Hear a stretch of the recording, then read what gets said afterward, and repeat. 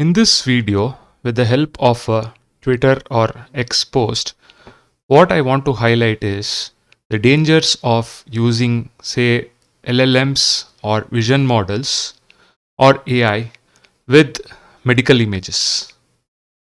These are generic AI. So, for example, like Claude or GPT-4 Vision, right? So there is this thought that you can give an image to them, a medical image to them, and it gives out, say, report, right? If you give an MRI image, it gives a medical report out, or if you give an image of a histopathology slide, it gives some, text out, right? But the thing is that, these models are generic models. So they can give very convincing text, but then that's not the actual diagnosis, or that is nowhere close to what is there in that image. Okay, so this interesting Twitter post from Misha Saul, what he says over here is that, a friend of his sent him MRI brain scan results. Okay, he put it through Claude. Okay, so Claude is a LLM, and currently Claude also supports images, the Claude Opus, the recent releases of Claude. Okay, so no other AI would provide a diagnosis, but Claude did. Claude found an aggressive tumor. Okay, but the original radiologist report was clean. There were no issues, right? His friend did not have any issues. Okay, so what Misha did was that he actually annoyed the radiologists until they rechecked. Okay, so they did with 3 radiologists, and their own AI, right, came back clean. So looks like Claude was wrong.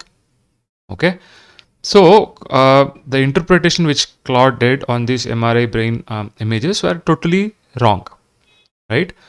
But the author over here actually asked 3 radiologists to look at it, and all of them came back saying that, there is no issue with this MRI.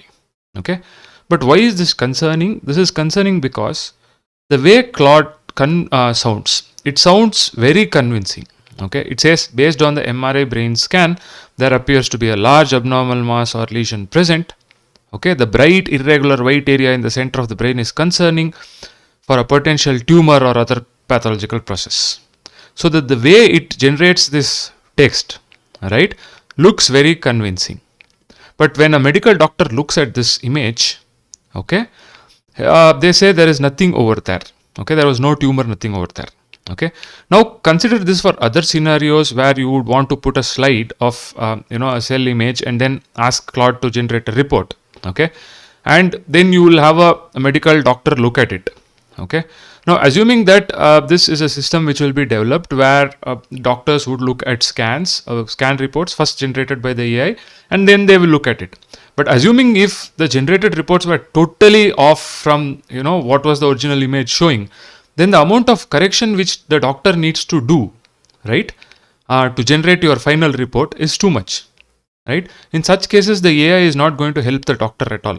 Okay, you cannot blindly believe the AI in the first place. Okay, even if you are developing a tool for the doctors where your AI is going to give some notes, right, and then the doctor looks at those reports, the AI should do it at some level of accuracy, because if it were to totally do a lot of mistakes, then there is no point. The doctor himself can look at the reports, look at the images and generate the report, right? So this is a very important thing when you are developing software, medical software, where you are trying to help the doctors using AI. Okay. Another interesting bookmark which I did was, after this tweet, another person wrote this. Okay, if you feed an AI an MRI, it will happily write a detailed and very convincing diagnosis, even if the patient is a dead salmon. So this is an MRI image of a dead salmon. Okay, and the AI just writes over here, the provided images appear to be a sagittal MRI scans of the cervical and thoracic spine regions, and it it gives these kind of diagnosis, right?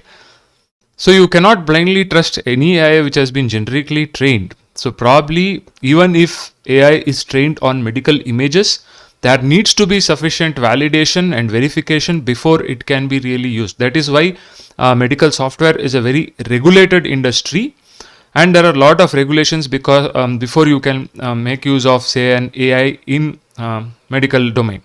Okay, so that is something which you need to be aware of. This is just a short video on the dangers of using AI as such, generic AI for medical use cases. If you like the video, please like, share, subscribe to the channel. See you in another video.